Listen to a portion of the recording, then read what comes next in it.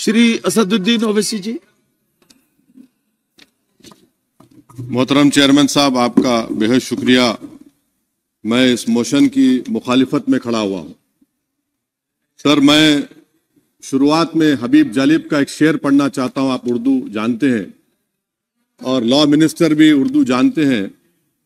हबीब जालिब ने कहा था कि हुक्मरान हो गए कमीने लोग, खाक में मिल गए नगीने लोग, हर मुहिब वतन जलील हुआ, रात का फासला तवील हुआ, आमिरों के गीत जो गाते रहे वही नामो दाद पाते रहे, रहजनों ने रहजनी की थी, रहजनों ने रहजनी की थी, रहबरों ने भी क्या कमी की थी। सर, मैं अभी सुन रहा था हमारे शिंदे ग्रुप के शिवसेना के पार्टी लीडर अपनी तकरीर कह रहे थे। कहा कि 6 दिसंबर में जब बाबरी मस्जिद को शहीद किया जा रहा था तो उस वक्त के वजीर आजम नरसिम्हा राव पूजा कर रहे थे। आप ही ने कहा और कहा कि वो डिस्टर्ब नहीं करना।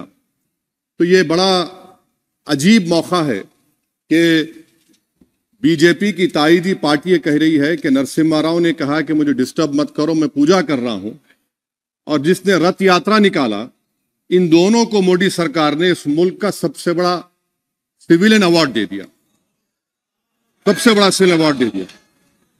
तो ये बताता है कि इंसाफ जिंदा है या जुल्म को बरकरार रखा जा रहा है। तीसरी बात यह है कि सर, इस ऐवान में सियासी पार्टियां आएंगी चले जाएंगी, आप आए मैं आया हम भी चले जाएंगे, मैं जमीन की गिजा बन जाऊंगा, यह ऐवान तो बाकी रहेगा। मगर सर, मैं ताजुब कर रहा हूं कि लोकसभा मुख्तलिफ आवाजों में कैसे बोल सकता है। लोकसभा तो एक ही आवाज में बोलना चाहिए, और लोकसभा भी भारत के संविधान आइन के बेसिक स्ट्रक्चर का ताबे है।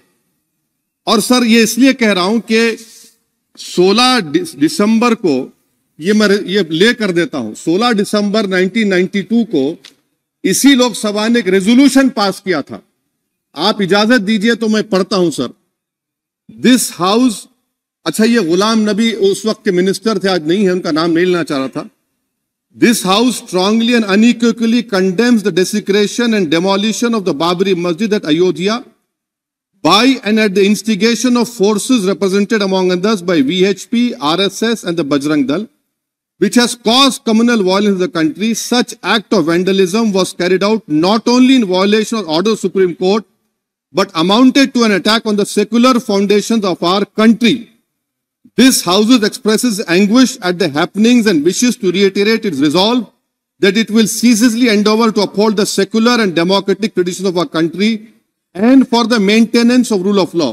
और एक पैराग्राफ है, नहीं पढ़ूंगा।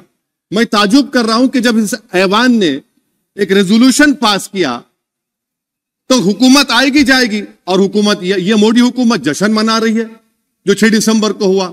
तो ये एक बात है।